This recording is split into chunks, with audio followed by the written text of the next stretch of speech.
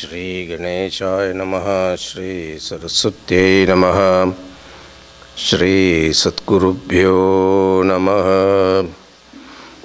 समस्त जनकल्याणे निरतं करुणामयं नमामि चिन्मयं देवं सद्गुरुं ब्रह्मविद्वरं मनोजवं मारुततुल्यवेगं जितेन्द्रियं बुद्धिमतां वरिष्ठं वातात्मजं वानरयूतमुख्यं श्रीरामदूतं शिरसा नमामि। सन्तोषिणी जगन्माता मम सौभाग्यवृद्धये नमस्करोमि भक्त्या त्वां प्रसन्ना वरदा भव। शङ्करं शङ्कराचार्यं केशवं बादरायणं सूत्रभाष्यकृतौ वन्दे भगवन्तौ पुनः पुनः।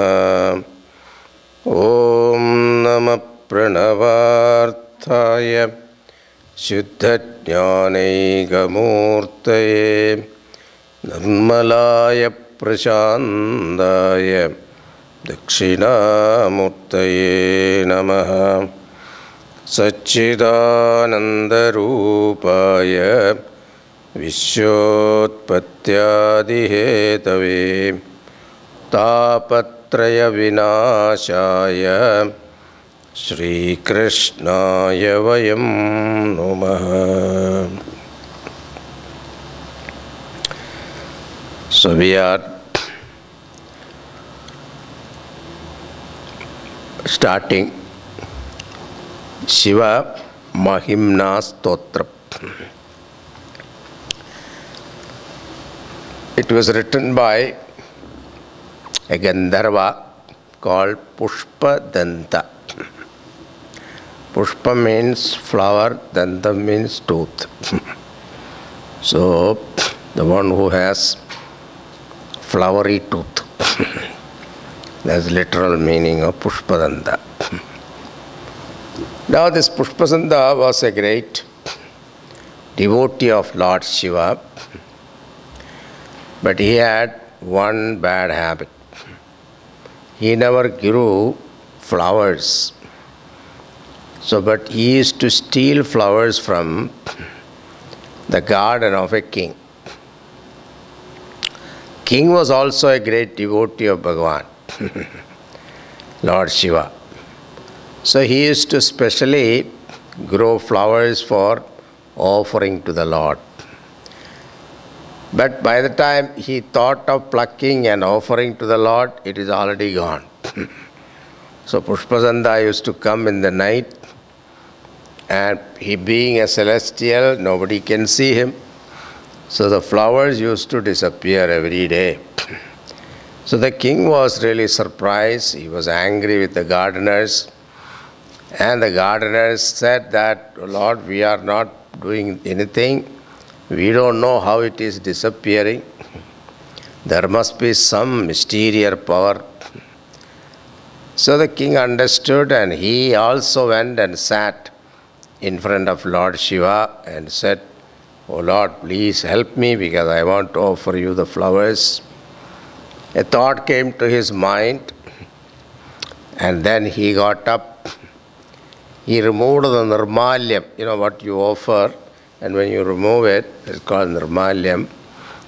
And those flowers, he spread it around the garden. It is said if you step on it, your powers will go. Pushpadanta, not knowing what is waiting for him, he stepped on those flowers and tried to pluck, as usual, the flowers from the garden. Suddenly he lost his power. So what happened? The king and the gardeners, they could see him. So suddenly he realized he is caught Now think about the condition of Pushpadanda. Now then, to escape from that situation, he came out singing this hymn. And after 3 verses, Bhagavan was pleased with him and he got back his powers. So this is the story behind the composition, circumstances in which he composed this. You can see the intensity of feeling when you are caught red-handed stealing something. So, plus he is a celestial being, he has all the powers, he lost his power also. So, but Bhagavan was so pleased with him, so he got his powers back. Few minutes later, 3 verses only he sang. But Pushpadanda continued to sing his glory, so it has got some 40 plus verses. In South, when we do Abhishekam to Bhagavan Shiva, we always chant Rudram Chamakap, Sri Rudram. In North, I heard that when they do Abhishekam to Bhagavan Shivji, they chant this Shiva Mahimana Stotram. It is as great as Rudram. And he is going to tell that also later. So this is composed by a celestial being. Therefore the Sanskrit also not easy. It is very tough Sanskrit. And difficult to break into sandhis. The sandhi breaking itself is very difficult. But it composed in such a way that if you break the sandhis in a particular way, then it will mean Lord Shiva. Suppose you break in a different way, then it will mean Lord Vishnu. So both, it is multi-purpose. So with that, we will start the Mahima Stotra. I had to complete at least 10 verses a day, then only I'll be able to complete. I will chant, you can read, if you want to repeat, wonderful, but if not, don't worry. Just look at the book. Mahimna param te parama vitusho yatya satrishi Stute brahmadinam apitadavasannastvayi giraha athavachya sarvaha swamati parinamavati krinan mama pyeshastotre hara nirapavada parikaraha. Easy to chant? Good. You try. I will break it half, okay. Mahimna param te parama vidusho yatya sadrishi stute brahmadinam apitadavasannastvayi giraha athavachya sarvaha swamati parinamavati krinan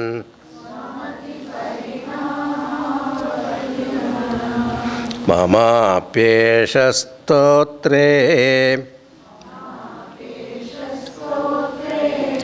hara nirapavada parikaraha.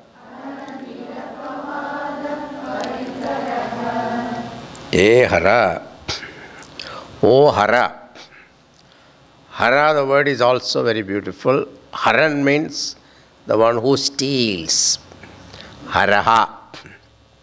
So the one who steals what is to be stolen from us, what we don't want, isn't it?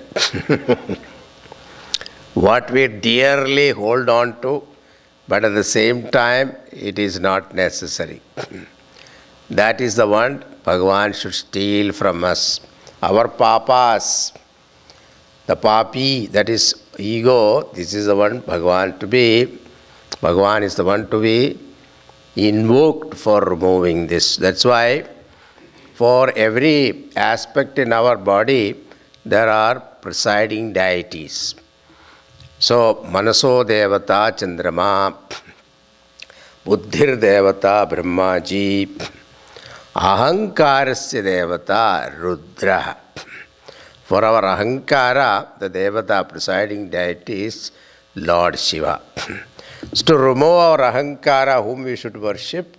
Lord Shiva. So that's why first itself, because of my Ahankara only, I got into trouble.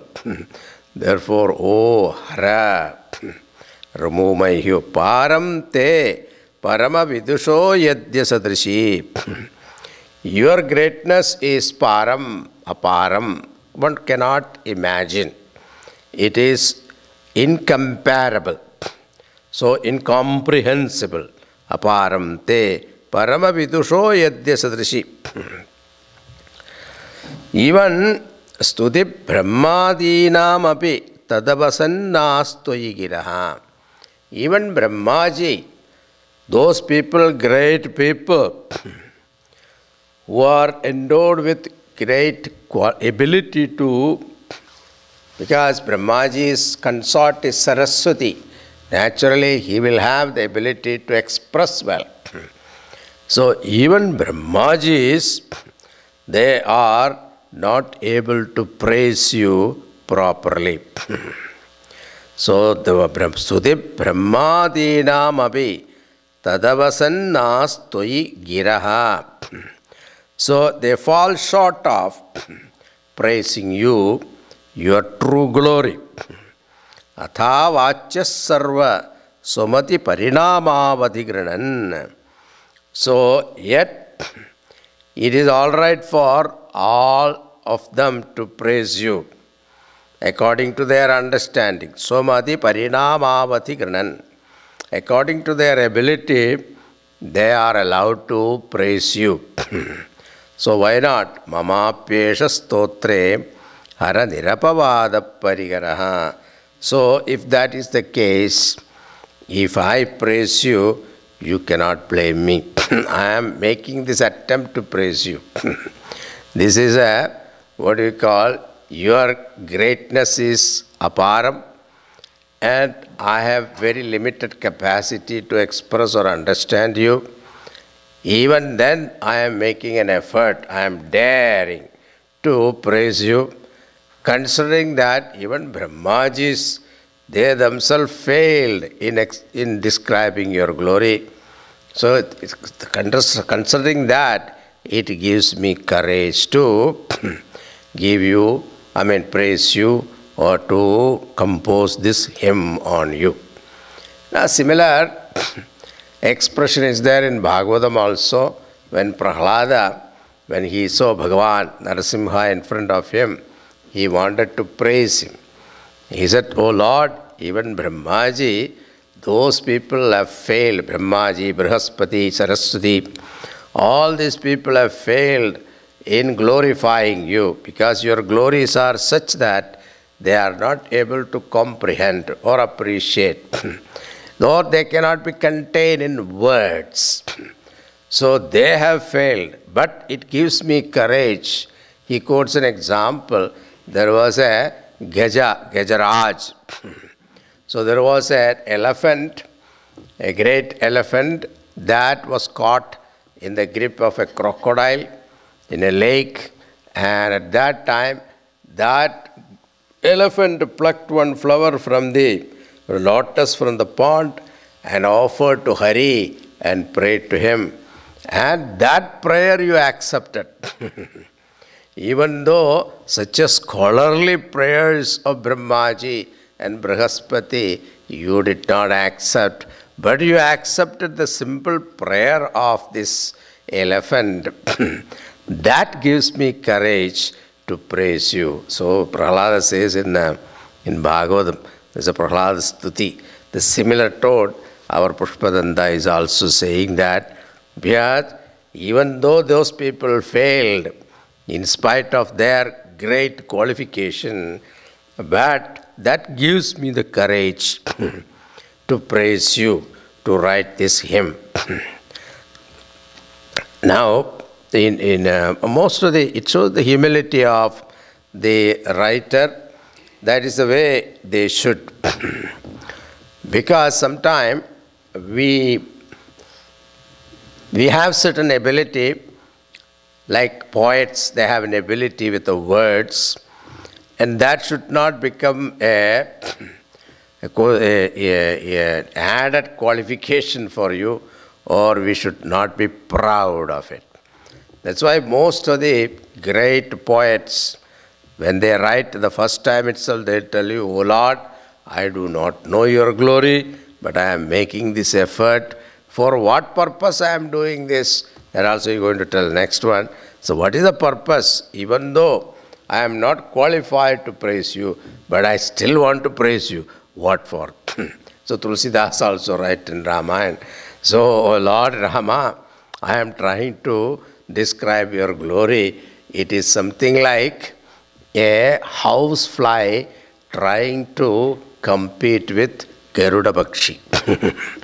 So Garuda Bakshi can lift himself and fly high, but this housefly trying to compete with that, it is not. It is something like that. Your glory is though so high, but I am like a housefly. How will I be able to compete with your glory? Then somebody asks, why are you doing it? If you don't know how to write, don't write. Why are you keeping on doing this? So, but I have to write. Because this is my determination, because I want to sing your glory. Now, what is the reason? He says, Atita Pandhanam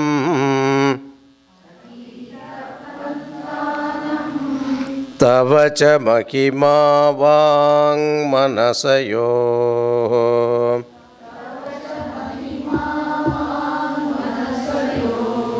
Atat Vyavrityayam Chakitam Abhidatte Shrutirapi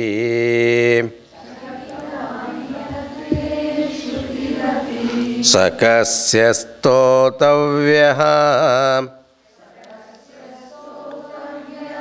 Kati Vithagunakasya Vishayaha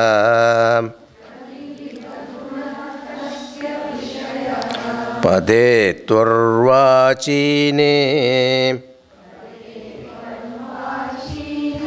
Patati Namanakasya Navachaha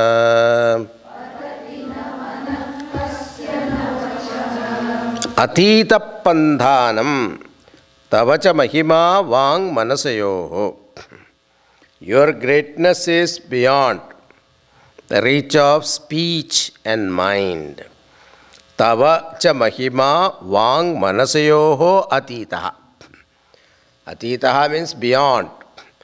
Beyond the capacity of mind and words.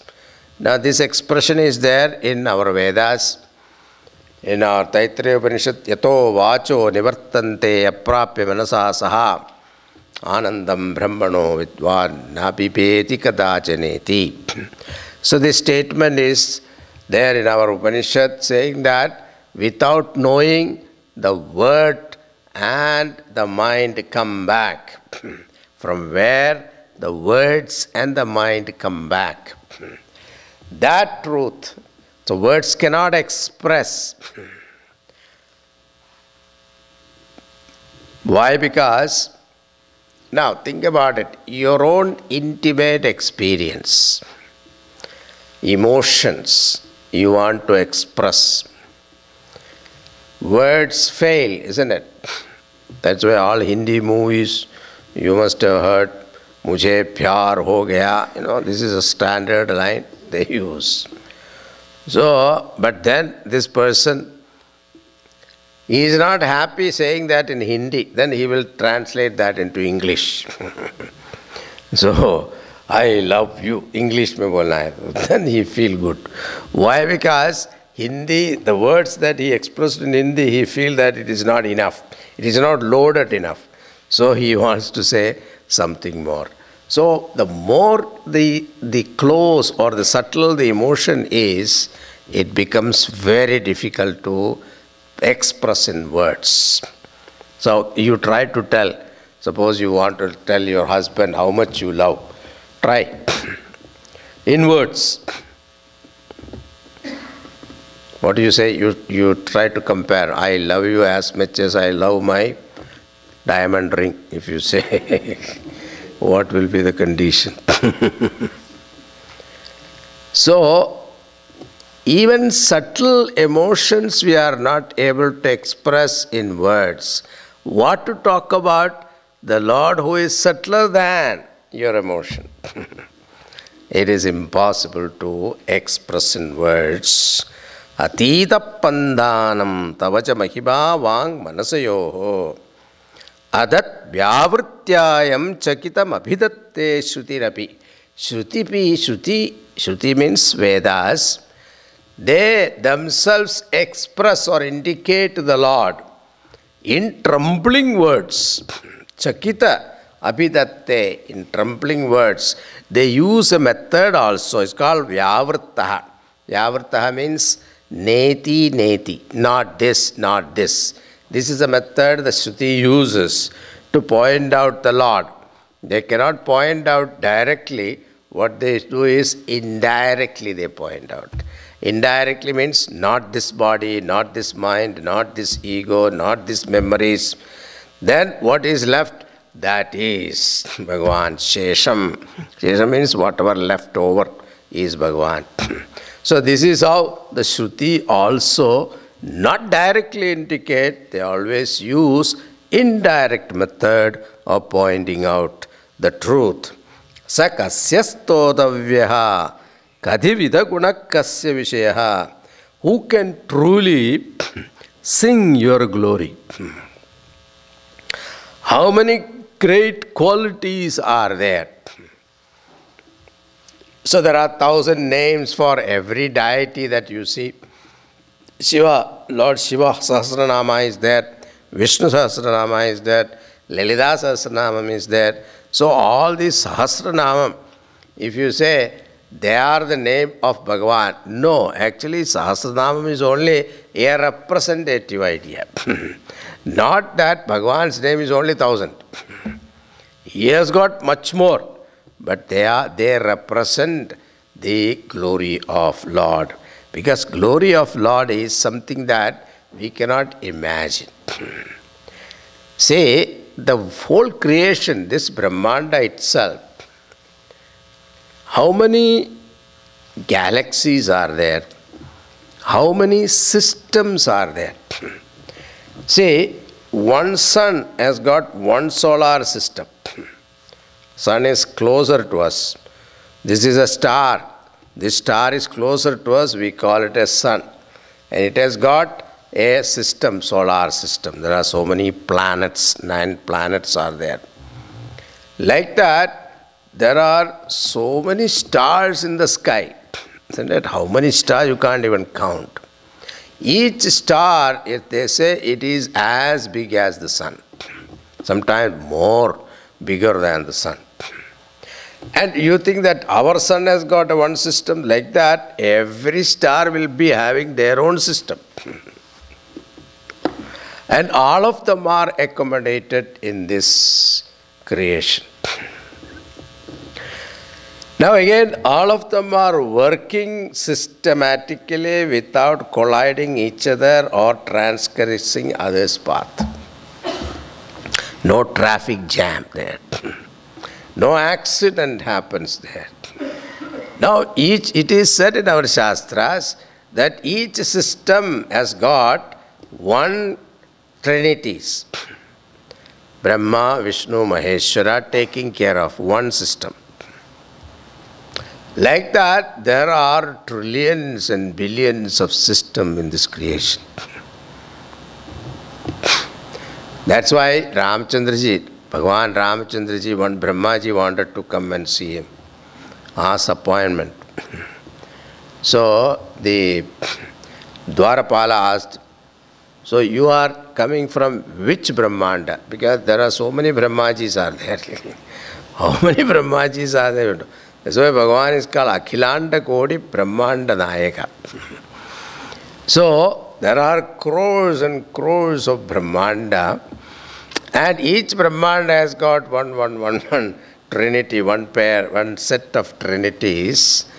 Now each one of them has got their own glory. Now earth itself, we are not able to explore everything. We are still finding out new things about earth. So now we have to try to find out what is in the moon, then what is in the Mars. You will think how long it will take, how many millions of years will it take by the time you understand one system. Like that, there are trillions of systems are there. Now, if you start glorifying Lord, or taking into account all this, will you be able to ever complete the work? So that is what he says. Who can really sing your glory?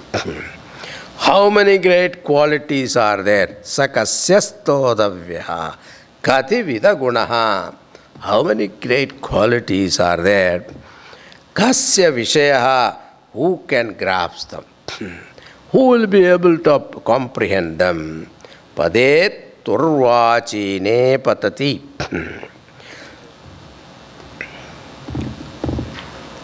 Namanakasya navachaha. At the same time, whose mind will not be attracted to you, your beauty. So Bhagavan Shivji is considered the most handsome person because his color is pure white. Karpura Gauram, Karunavataram, Samsara Saram, Pujagendraharam, Sadavasantam, Hadayaravinte, Bhavam Bhavani. So, Karpura Gauram is most handsome, white, fair complexion. And in that fair complexion, in between, the neck, there is a blue color also. Blue stain is also there. But that is adding his beauty, it is. And that Bhagavan, when you look at him, whose mind will not be attracted to him? Pade turvachine patati namanakasya cha kasya navachaha. Whose mind will not be attracted? So this is indirectly telling, O Lord, your glory is something that nobody can comprehend. One more. Madhuspita vachaha paramam amritam nirmitavataha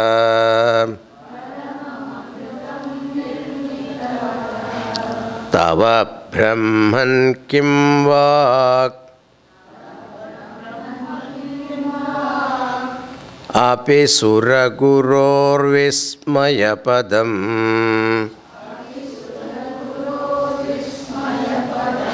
mama tvetam vanim gunakathana punyena bhavataha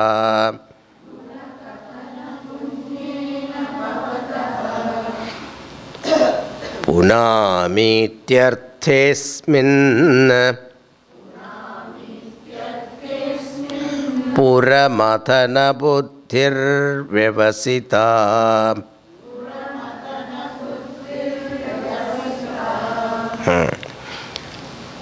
After saying this, Pushpadanda says, I am determined to sing your glory.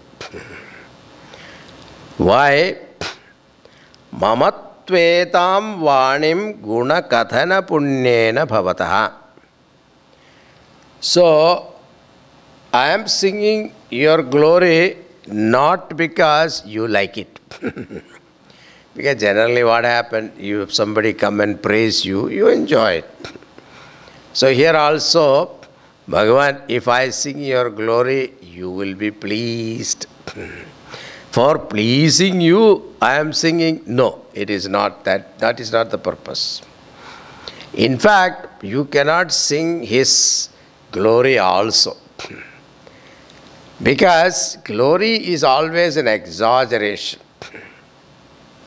So suppose somebody come and tell me, Swamiji, you speak like Swami Vivekananda. It is not true. You know it is a praise because it is an exaggeration. But you cannot exaggerate the glory of Bhagavan. Whatever you say, He is plus. More than that. So none of the words can really glorify you.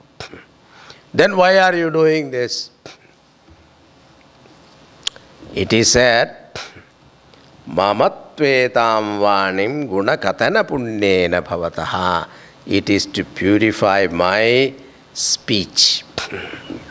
Vani shuddhi ke liye. So this is what all Mahatmas in the Himalayas,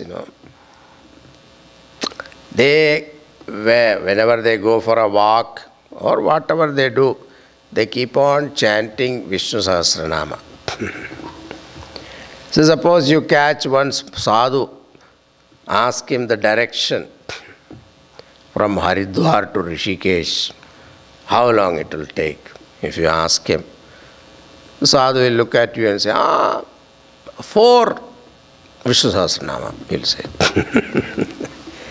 Because one round it takes 20 minutes. 4 times you chant, you will reach Rishikesh. So this is how that means they are so used to it. And why are they chanting? They are chanting because Vani Shuddhi ke liye. Our words, our speech become purer. Our tongue become purer, means tongue can be cleaned by tongue cleaner, but that is only outside. But the purity of thought, and which is expressed through your speech, that happens only when you sing the glory of Bhagavan. So, Mamatvetam vanim guna katana punyena bhavataha. So when you sing for the Lord, naturally your speech and your thought become purified. That's why Akbar and Tansen one day rendered a beautiful melody in front of Akbar.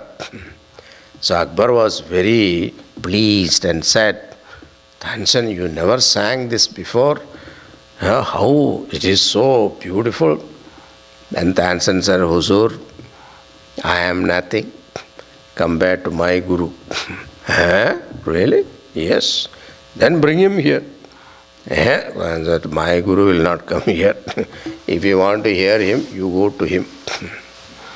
So, but Akbar was a very, rasika of music. He loved music so much that he will do anything to listen to a good music. So he disguised and pretended that he is Tansen's disciple. And both of them went to Tansen's Guru in Vrindavan.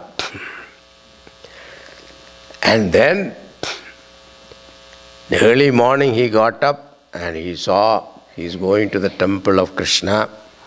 So both of them, they hid someplace and then heard the Alabana. And in the Alabana itself, Akbar went into Samadhi. It was such a beautiful music. And after the whole music rendering is over, Akbar looked at Tansen. He said, you are right. What? That you are useless. Compared to your Guru, you are useless. Then he asked, how is it possible? You are his disciple. How come you are so bad and he is so good? At least something must have come to you as a disciple. from him. The Anson said, there is a difference. What is that? The difference is, he is singing for the Lord and I am singing for you.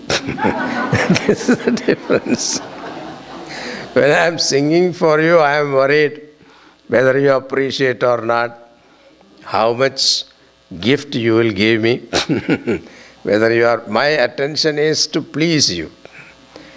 Therefore, my attention is not in the raga or in the music. Whereas my Guru is not worried about it. He is singing for the Lord. So he gets totally lost in the music. He is not worried about what is the reaction to the audience.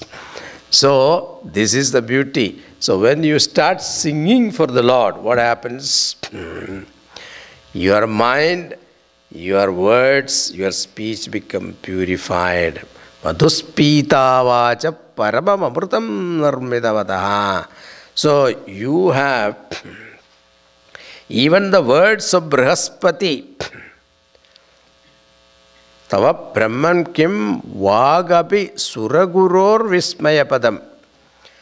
Tava Brahman kim vagapi. So that words which are spoken by Suraguru.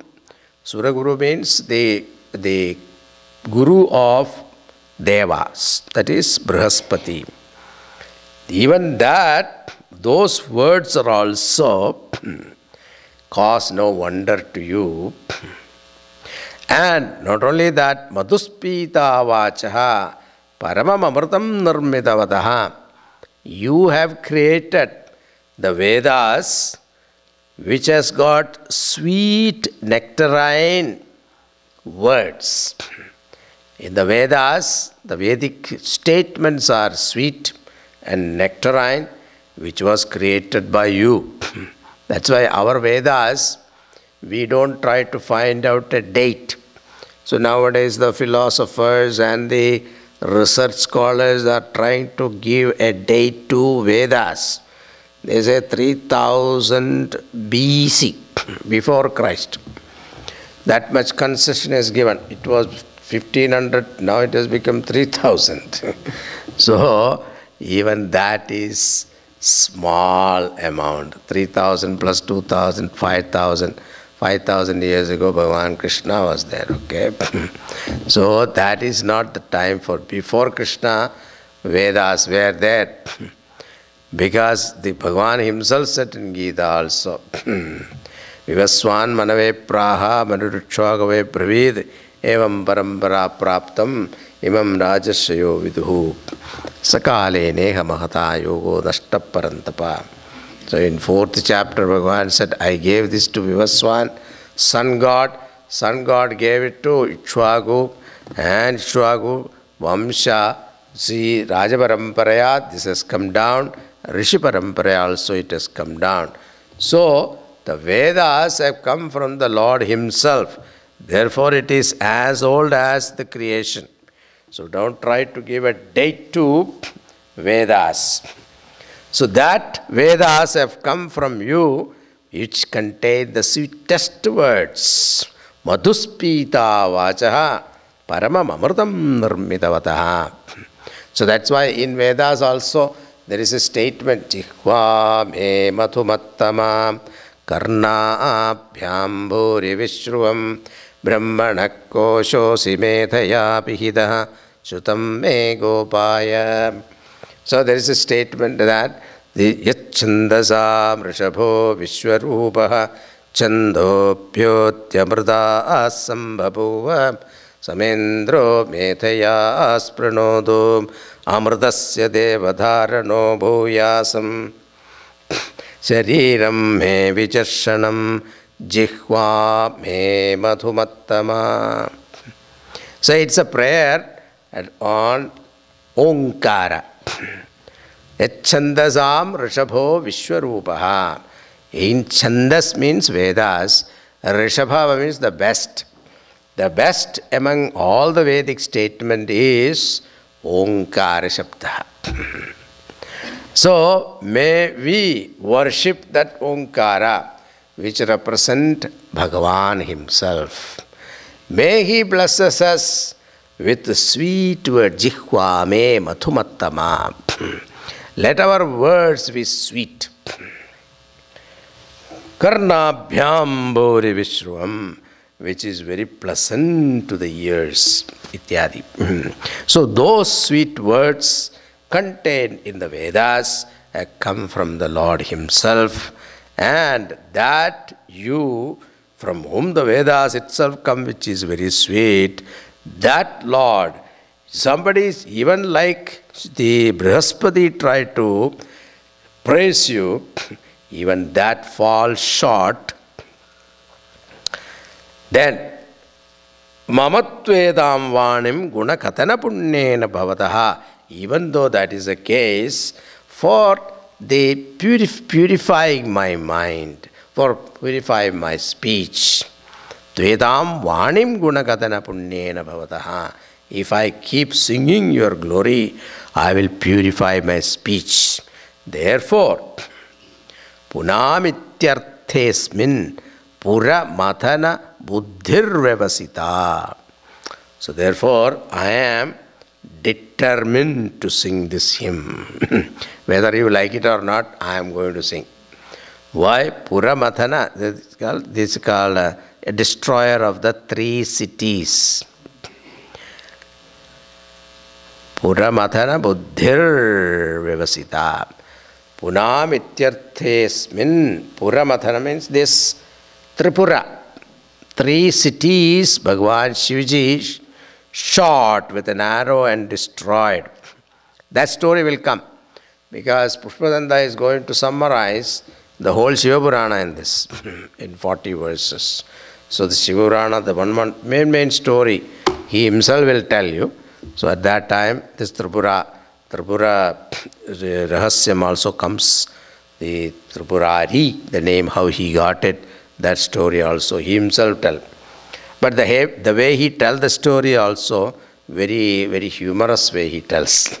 It is not a normal way he says, but there is a twist in that, that you will see.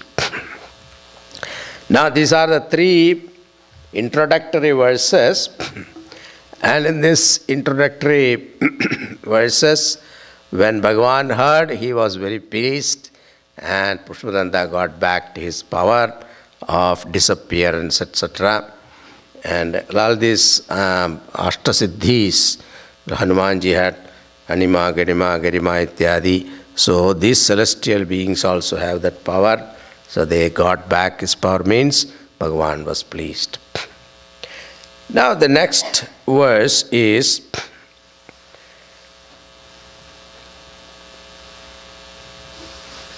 for a bhakta. There is no doubt the existence of Lord. For a devotee, it is very simple and it's not complicated for them. When they come to a temple, a villager come to the temple, there is no question about the Bhagavan exists or not. The moment they enter the temple, they know the Lord is seated there. It is only after education, Western education, we got this so-called powerful rational thinking. And we think that, why should I believe in him? And if you learn some Vedanta, also more dangerous, because Vedanta first time tell you, our Lord is all-pervasive. Bhagavan is all-pervasive. So then once you get that idea, then what happened? Your bhakti is gone.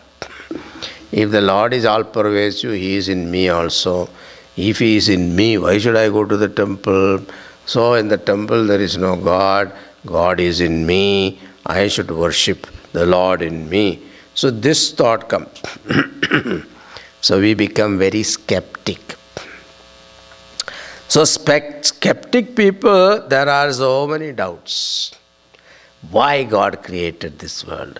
What is the purpose? If he has created this world, there must be some motive behind it. What was the motive behind creation of this world? Where no creation is possible without a sankalpa, a thought. And what was the thought motivated him to create this world? This kind of doubt comes now. Here our Pushpadanta answers all that, saying that Tavaishwaryam yattat Jagadudaya raksha pralaya krita Trayi vastu vyastam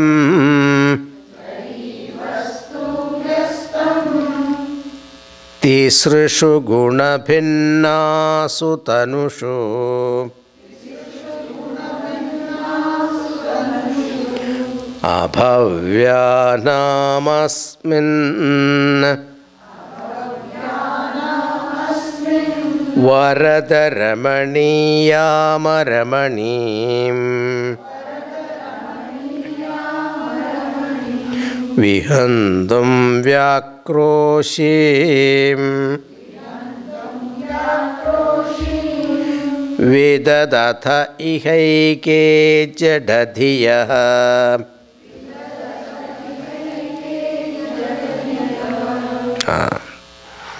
Tavaishwaryam yattat jagadudaya raksha pralayakrita.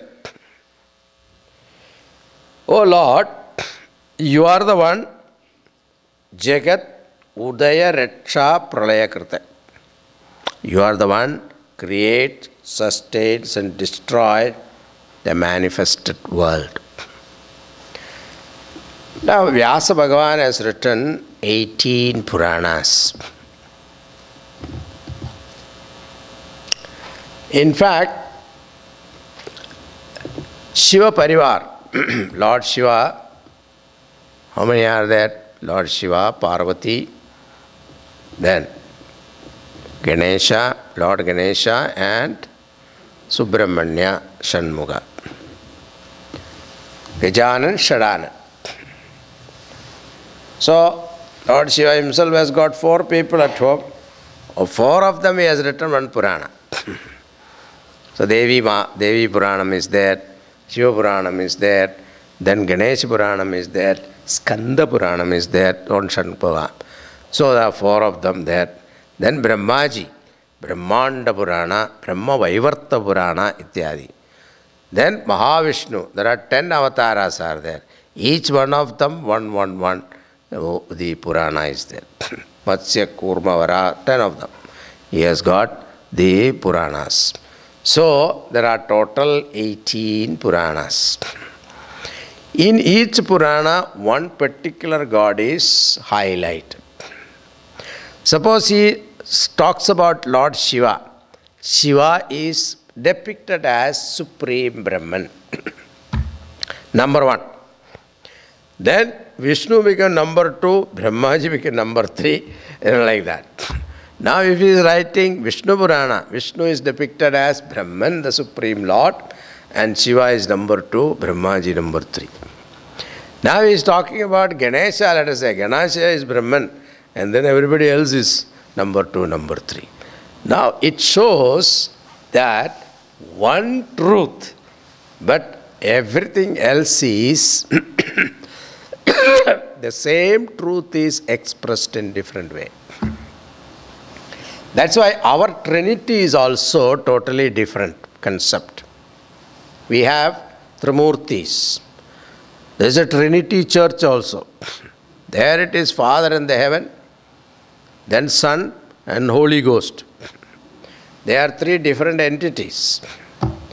Here our Trinity is there is only one God, but one God expressing in 3 different ways. Like you are a mother to your child, you yourself is a wife to your husband, and you yourself is a daughter to your mother. One person. All the 3 roles you play. The same way, one Bhagavan, the Lord Brahman, playing the role of Brahmaji when he identifies with the creation. And the same Lord, when he is maintaining what is created, is Lord Vishnu. And the same Lord is Lord Shiva when he is destroying. So, one Brahman is depicted here as Lord Shiva. So, therefore, he creates, sustains, and destroys. That is why this Brahma, Vishnu, Maheshwara, see, Brahmaji doesn't have avatars. The Lord Shiva also doesn't have too many avatars. But Vishnu has got so many avatars, isn't it? All avatars, incarnation are Lord Vishnu only. Why? Because maintenance department has got problem. Protection department has no problem. The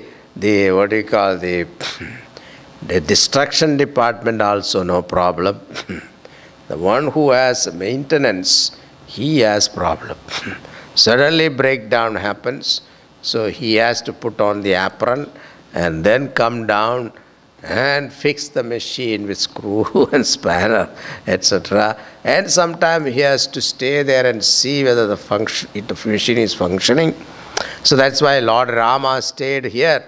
Not only that he destroyed the evil, but he maintained law and order. He stayed there for some time and established Ramarajyam and went. Lord Krishna also had to stay back for a long time to see that dharma is established. So, Vishnu Bhagavan has got many avatars. So that the Brahma, Vishnu, Shiva, they represent these three qualities. Sattva, Rajas, Tamas. They represent the qualities, okay? They are not that, okay? They are beyond the three. Otherwise, they will not be able to officiate that particular post. Sattva-guna is Bhagavan Vishnu, because to maintain your family, you have to have sattvic qualities, isn't it? Forgiving and sharing. All those thoughts has to be there, only then you can maintain a family. Then Rajas, for creation you need activity. So Brahmaji stand for Rajas. In order to destroy, what is necessary is delusion. So that delusory power and the power to destroy, that's why Lord Shiva married Shakti, Parvati, to destroy, to get the ability. Lord Vishnu married Lakshmi for maintenance. Without money, nobody can maintain. And Brahmaji, without knowledge, you cannot create, therefore Saraswati. So these are the three gunas, these three deities represent, and all of them Brahmaji creates, Lord Vishnu sustains, and Bhagavan Shivaji destroys. And all these are happening in this creation. Whether you like it or not, Srishti, Sthiti, Samhara is continuously going on. If you have any doubt, go and see in the hospital. One side, people will be dying, another side, people will be born. Delivery ward and death place, both. So many things are happening simultaneously. So, a person is born, he lives for some time, then he disappears. These three phenomena, Srishti, Sthiti, Samhara, is continuously happening in this world. Therefore, these Brahma, Vishnu, Maheshwara, all of them are His glory, Bhagavan's glory. But some dull-witted, Abhavyanam asmin varada ramaniyama ramanim. So, without understanding this particular fact, that the world itself is a proof. In front of you, the world is standing. That itself is a proof that there exists a creator. Even a simple person can understand this. You don't need too much of intelligence. If I see an effect, I know there is a cause. Suppose I say, I don't have a father. Will you believe? Suppose I tell you, I don't have a father. What will you think? I think Swamiji is angry with this father. That is all. You will never think that I have no father. Because without a father, there cannot be a son. So, without a cause, there cannot be effect. If world in front of me is sitting here as an effect, there must be a cause. And that cause has to be that power, because this world is something that is I cannot fathom. I am not able to understand this.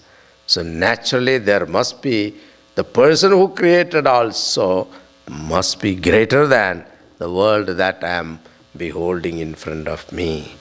But without understanding this, some people, Ramaniyam Ramanim, they talk very pushpitam vajam, flowery words. It's very nice to hear.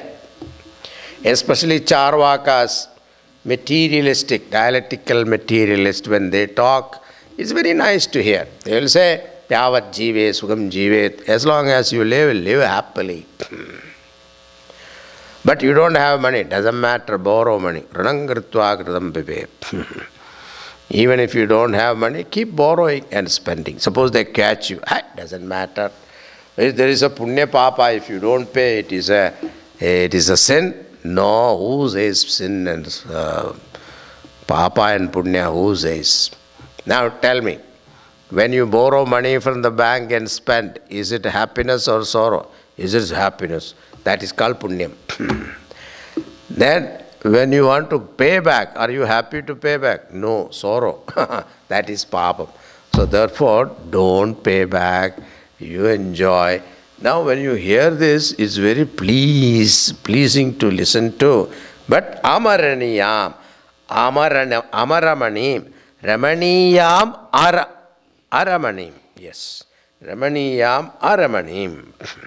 So, it even though appealing, but it is not appealing to the wise.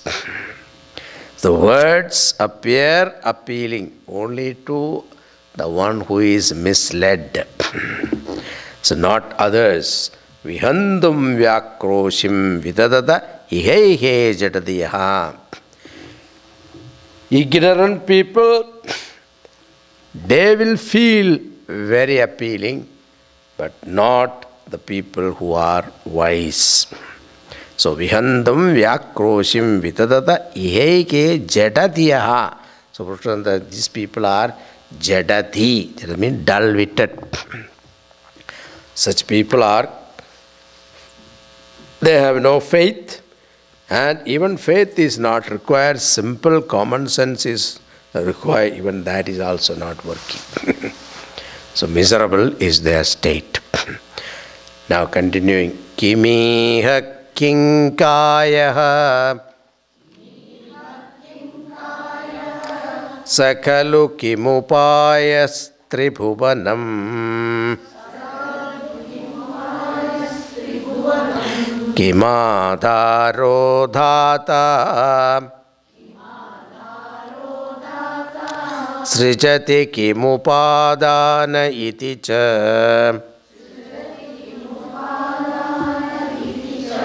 Atarkeshwarye Tvayanavasara Dusto hatadhiyaha Utarkoyam kanchit Mukharayati mohaya jagataha.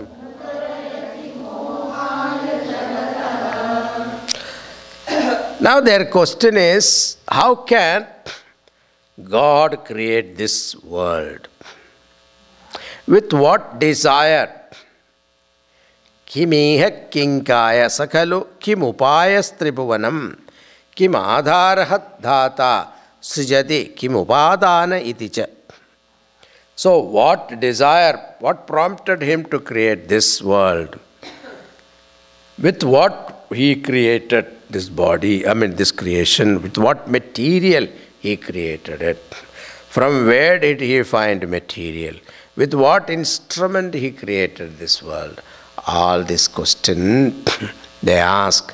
Because every creation there are 2-3 factors are there. One is called an efficient cause, another is called material cause, third one is called instrumental cause. Then they will say that if God is the efficient cause, then from where did he find the material to create? If he find material elsewhere, then we'll ask the question, who created that material? So this question will continue. So these people are also asking that kind of question, who created the world? If God has created the world, what was the purpose? What for he created this world?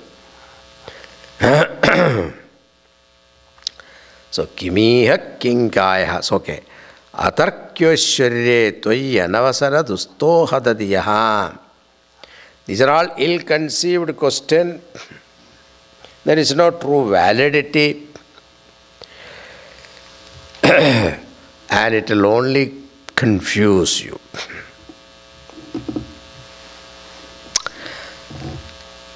Suppose all these ideas or the question comes only when you have a concept that Lord is a person sitting somewhere.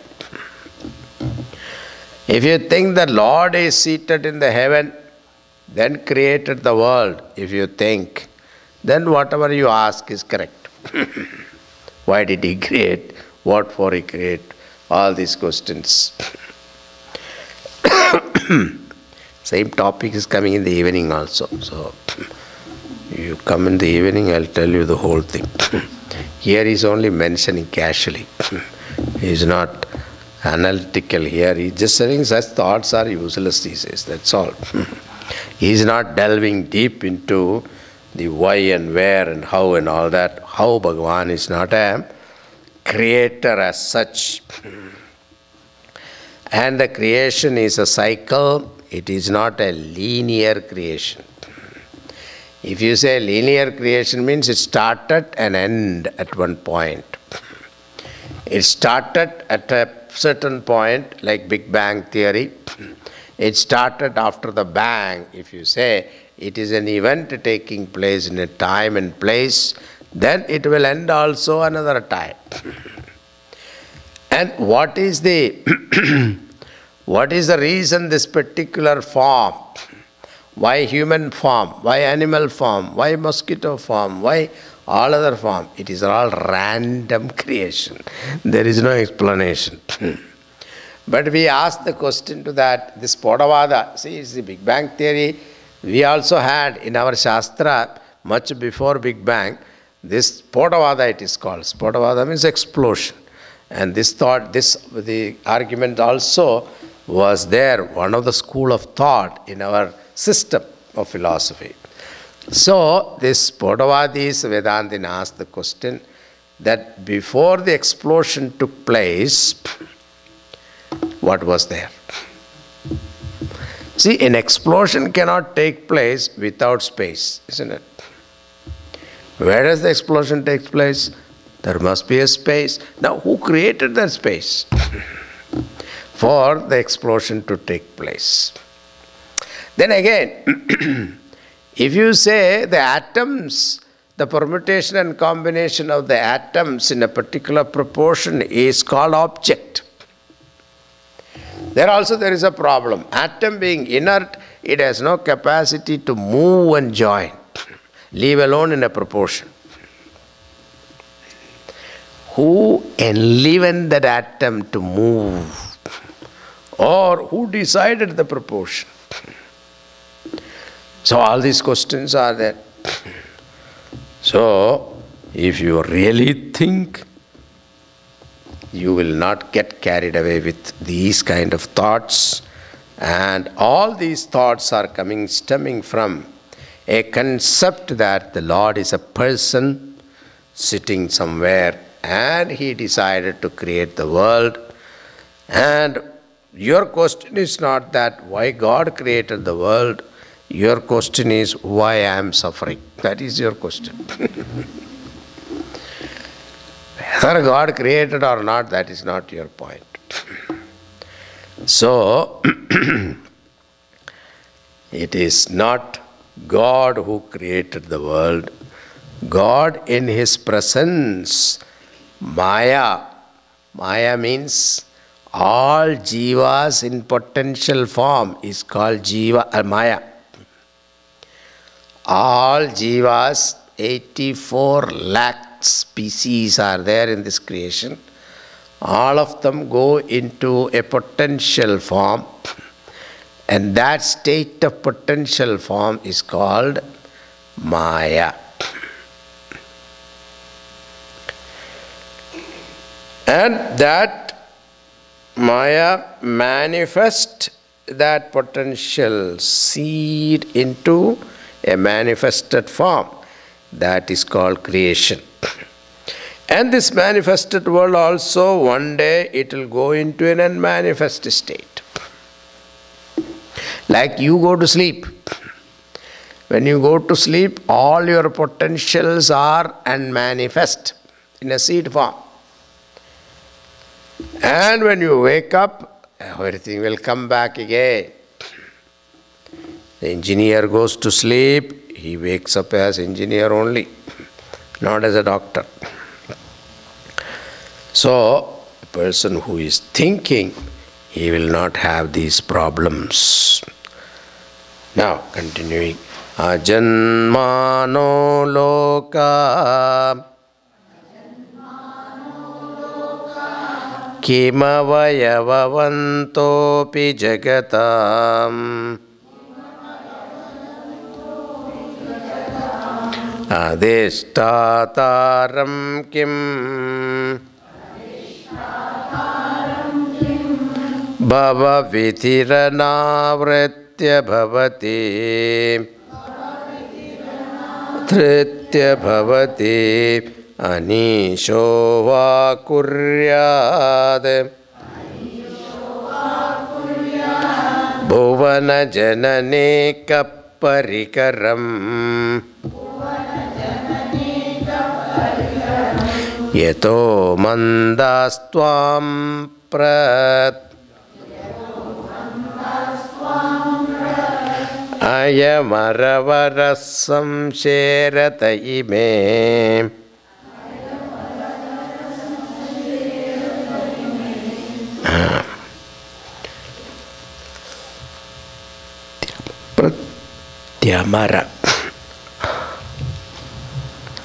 pratyamara vara samsherata ime. Yato mandastvam pratyamara vara samsherata ime. Okay. Ajanmanaha lokaha. O Lord, you are free from janma.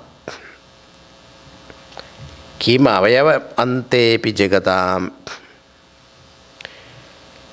You have no parts. Avayava is not there. So the Lord who is all pervasive like space, He has no limbs, organs, avayava, parts. Adhishtataram kim bhava vitiranaavritya bhavati.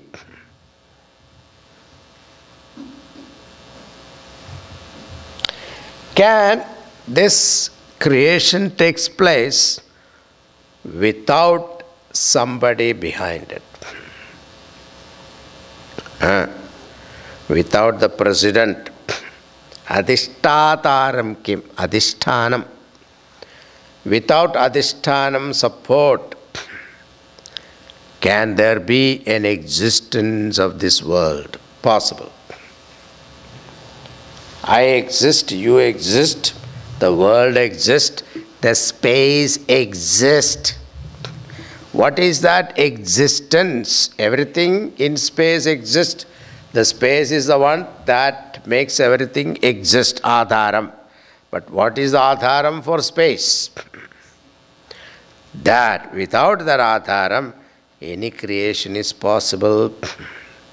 Without the president, any meeting is valid. No meeting is valid without the president's signature, isn't it? The same way, behind this creation, how is it possible the creation can sustain without Adhara support? Then he said, Yato mandastvam pratyavara samsheradayime pratyamaravara samsheradayime. He says, Anishova kuryat bhuvana janane kap parigaram. He says, can someone who is not God ever venture to create the world? See, you build one house and afterwards you regret, isn't it?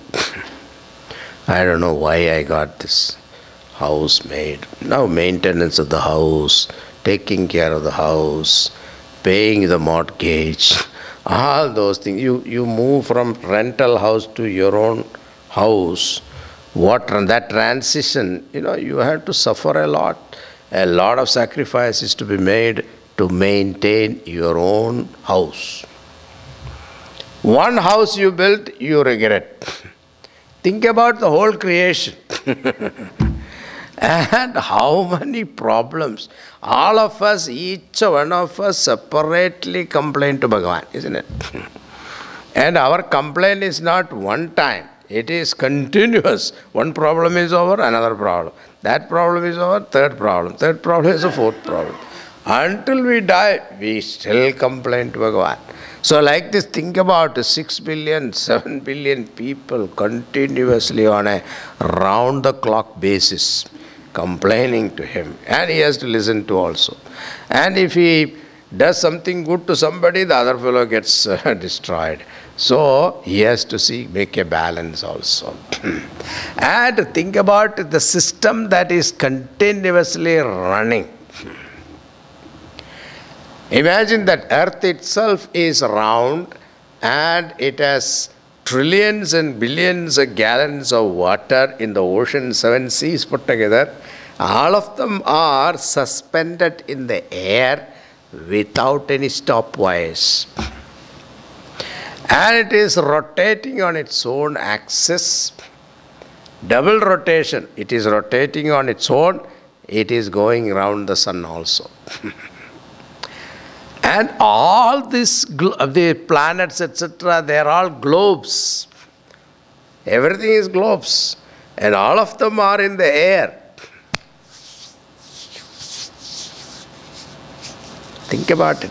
How is it possible without a power behind it to sustain? So who dare ever think of creating a world like this other than God, he says. So you are not able to maintain one simple house and the whole world is being maintained properly and it is running. It is not that it is stagnant. Oh, no, it is running. That's why in Princeton University somebody said that when these people were going to moon, they could see a new universe is being in the make. So there are certain systems totally go extinct, another system is being produced. So continuously this creation, destruction is going on, not only to living being, but even to the planets and globes. So that is possible only when there is a presence, a superior presence, and that Lord, There is no doubt about it. That is Bhagavan, O Lord Shiva, it is you. And for this, I have no doubt. Pushpadanta has no doubt. But people who have doubt, it is their problem, he says. Now, he says there are so many paths are there in this. Some people like to go fast, some people go little wide, roundabout way. Some people are very slow, that is all. But they are all going towards one goal only. Trayi Sankhyaṁ Yogaha Pashupati Matam Vaishnavamiti Prabhinne Prasthane Paramidamadapatyamiti cha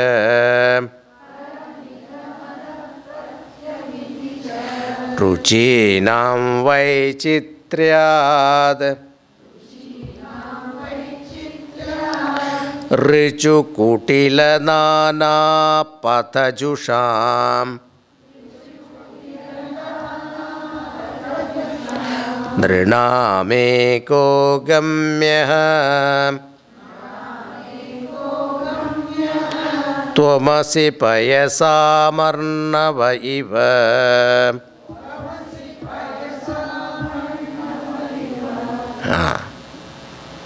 Tri Sankhyaṁ Yogaha.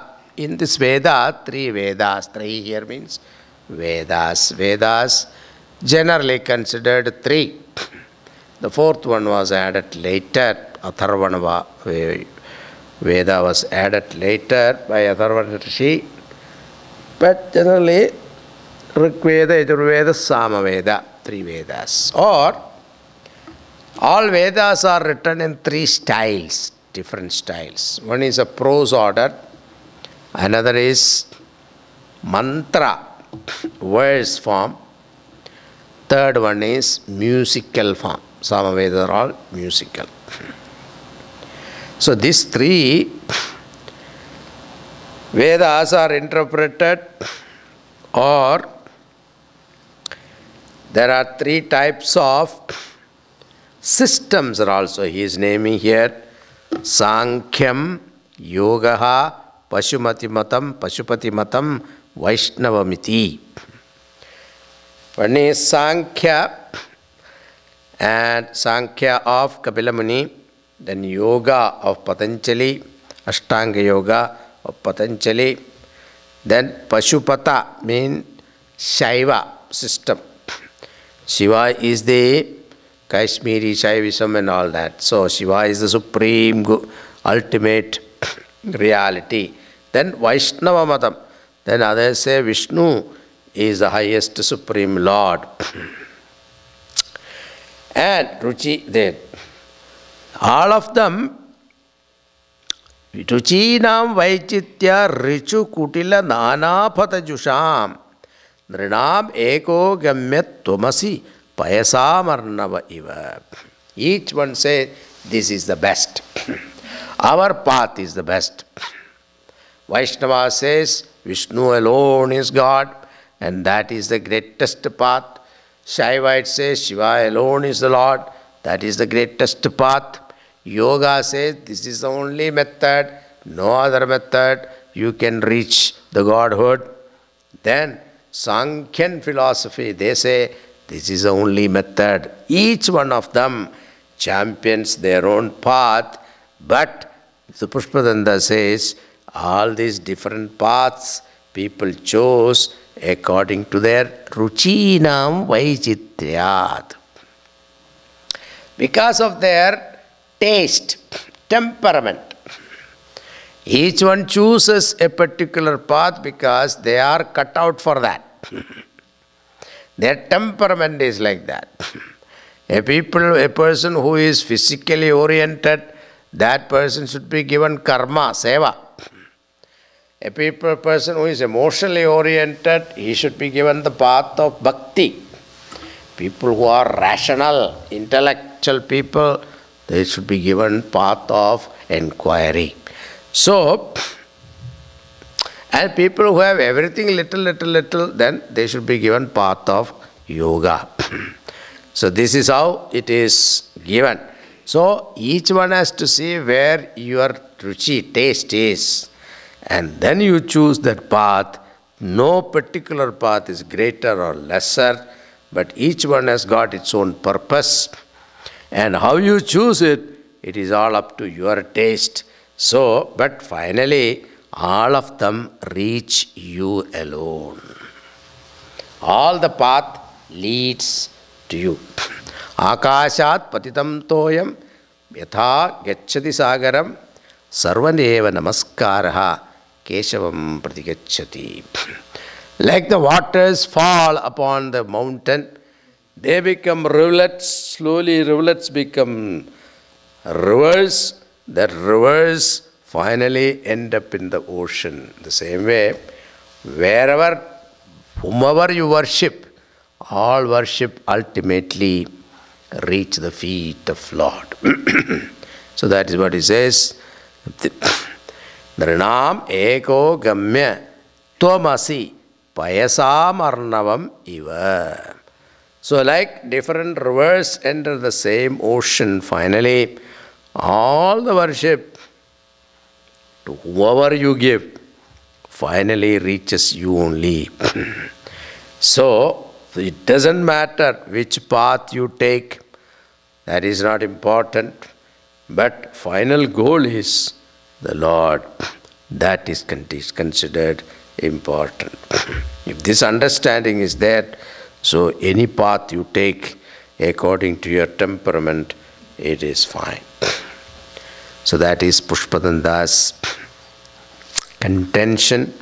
Now afterwards he is going to talk about the stories in the Purana, especially Shiva Purana.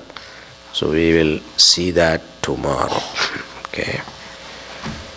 Om Purnamada Purnamidam Purnat Purnamudachyate Purnasya Purnamadaya Purnameva Vasishyate. Om Shanti Shanti Shanti. Hari Om Shri Gurubhyo Namaha.